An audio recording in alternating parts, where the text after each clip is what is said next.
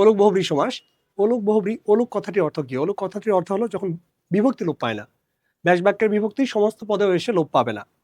তাহলে অলুক বহুব্রী, অলুক দ্বন্দ্ব হইতে পারে, অলুক তৎপুরুষ হইতে পারে, অলুক বহুব্রী। তাহলে এখানে বহুব্রীতে পার্থক্য যে ব্যাপারটি সেটি হলো যে অন্য পদ প্রধান হবে, অর্থাৎ ব্যাস বাক্যের বিভক্তি সমস্ত পদে এসে লোপ পাবে না, কিন্তু অন্য কোনো পদের অর্থ প্রধান হবে, তখন সেটিকে অলুক বহুব্রী সমাস বলা হবে। কিরকম একটু খেয়াল করি। মাথায় পাগড়ি, এখানে অন্তস্থ অবিভক্তি আছে, গলায় গামছা অন্তস্থ অবিভক্তি, নাকে চশমা এ বিভক্তি, কানে খাটু এ, কাখে এ, পায়ে এ, এখানে সবগুলো বিভক্তি রয়েছে।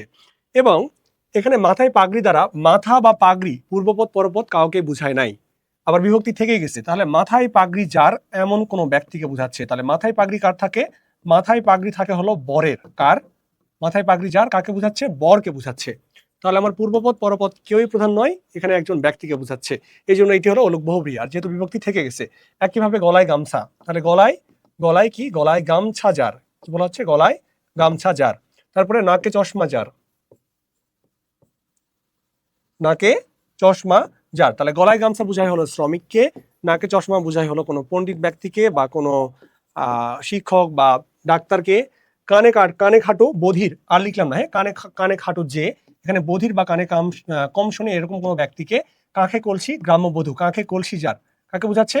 গ্রাম্যবধূকে বোঝাচ্ছে। তারপরে পায়ে বেরি, এখানে কাকে বোঝাচ্ছে? এখানে আসামিকে। ঠিক আছে, পায়ে বেরি যার, আসামিকে বোঝাচ্ছে। পূর্বপদ পরপদ কোনো পদে প্রধান নয় এবং বিভক্তি থেকে গেছে, লোপ পায়নি, তাকে বলা হচ্ছে হলো বহুব্রীহি।